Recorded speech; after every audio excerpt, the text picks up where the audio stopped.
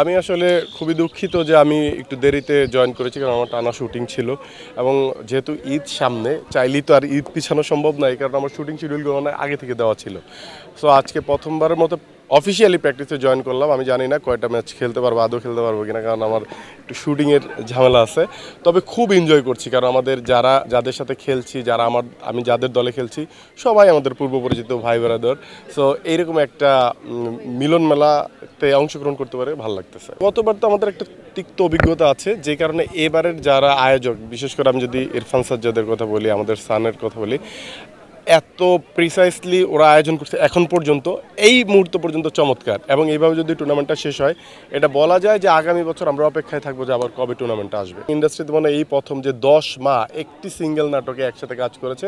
নাটকের নাম হচ্ছে 10 মার এক পুত। নাজমুল রনির পরিচালনায় নাটকটি আসবে ঈদকে সামনে রেখে, এবং ওই 10 মায়ের যে এক পুত বা যে ছেলেটি, সেই ছেলের ভূমিকা আমি অভিনয় করেছি।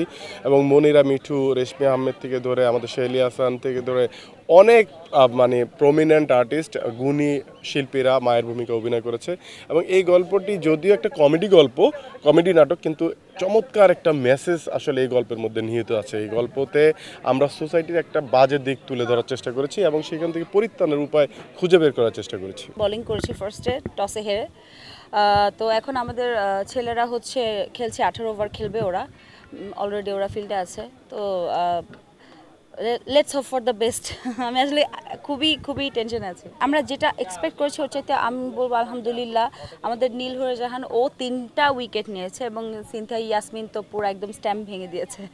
সো আমাদের 4টা উইকেট পেয়েছি আমরা, আলহামদুলিল্লাহ। সোফার আমরা ভালো দিকে আছি।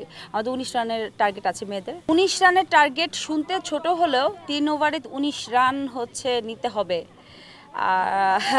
ইটস কোয়াইট টাফ, কারণ ওরা অনেকগুলো ওয়াইড পেয়েছে। ওয়াইড বলে হচ্ছে ওরা রানগুলো এক্সট্রা রানটা পেয়েছে। এখন আমরা যদি লাকিলি ওদের মতো ওরা যদি ওয়াইড বল করে, তাহলে হয়তো আমরা ওই রানগুলো পাবো। আদারওয়াইজ আমাদের ব্যাটসম্যান যারা আছে, আমাদের মেয়েরা বেশ ভালো ব্যাটিং করে। আমার তো মানে আম কনফিডেন্ট আলহামদুলিল্লাহ। আমরা এটা খুবই উত্তেজনা যেটা নর্মাল ইয়েতে থাকে, খেলায় থাকে, লাইক নর্মাল বলতে বোঝাতে চাচ্ছি এটা তো সেলিব্রিটি ক্রিকেট লিগ। সো এটার বাইরে যেটা হচ্ছে যে এই টুর্নামেন্টের বাইরে আমরা যদি ন্যাশনাল লিগ দেখেন বা ইন্টারন্যাশনাল যেসব টুর্নামেন্টগুলো হয়, ওখানেও কিন্তু উচ্ছ্বাস থাকে।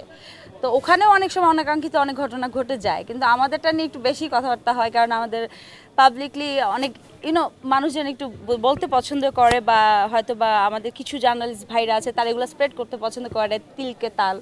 তো আমরা সেটাতে বেতাল না হয়ে আমরা আসলে মনোযোগ দেই যেখানে সুন্দর হচ্ছে, পজিটিভ জিনিস হচ্ছে সেই সব জায়গায়। আমরা উচ্ছ্বসিত, ভালোভাবে উচ্ছ্বসিত, খুবই পজিটিভ ওয়েতে চেষ্টা করবো ছক্কা মারার। আমি যেহেতু ব্যাটিং করছি না এই মুহূর্তে, সো আমি জানি না, বাট যখন করব তখন চেষ্টা করব। আমার ব্যাটসম্যানরা চেষ্টা করবে, যারা মেয়েরা আছে খেলবে।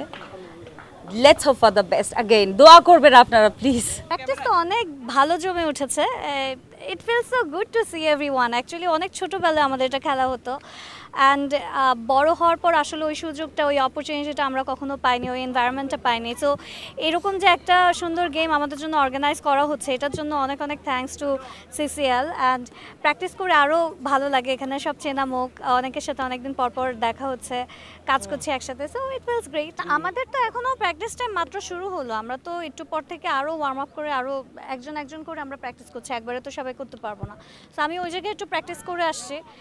এখানে আবার একজন করে প্র্যাকটিস হচ্ছে। এটা ফ্রি হলে পরে আবার আমি নামবো। Just enjoy it. আমার ছোটোবেলায় যেটা সবাই করি, যে ফ্যামিলির সাথে বা ফ্রেন্ডসদের সাথে যে খেলার ব্যাপারটা ছিল ওইটাই। এছাড়া ক্রিকেট ওইভাবে করে কখনো প্র্যাকটিস করা হয়নি। ক্রিকেট ওইভাবে মানে খেলা হয়নি না, ক্রিকেটটা আমার একটু কম খেলা হয়েছে। আগের থেকে অনেকগুলো লেসেন্স নেওয়া হয়েছে। আগে যে ভুলগুলো ছিল সেই থেকে অনেক কিছু শুধরিয়েছে। এবার অনেক বেশি ওয়েল অর্গানাইজডভাবে করা ট্রাই করছে। সো ইয়েস, যেহেতু প্রিভিয়াসলি আমাদের একটা ব্যাড এক্সপিরিয়েন্স কিছুটা হলেও আছে, ওই জিনিসগুলো এবার যেন না হয় এটা আমরা লেভেল বেস ট্রাই করে যাচ্ছি, অর্গানাইজার্সরা ট্রাই করে যাচ্ছে।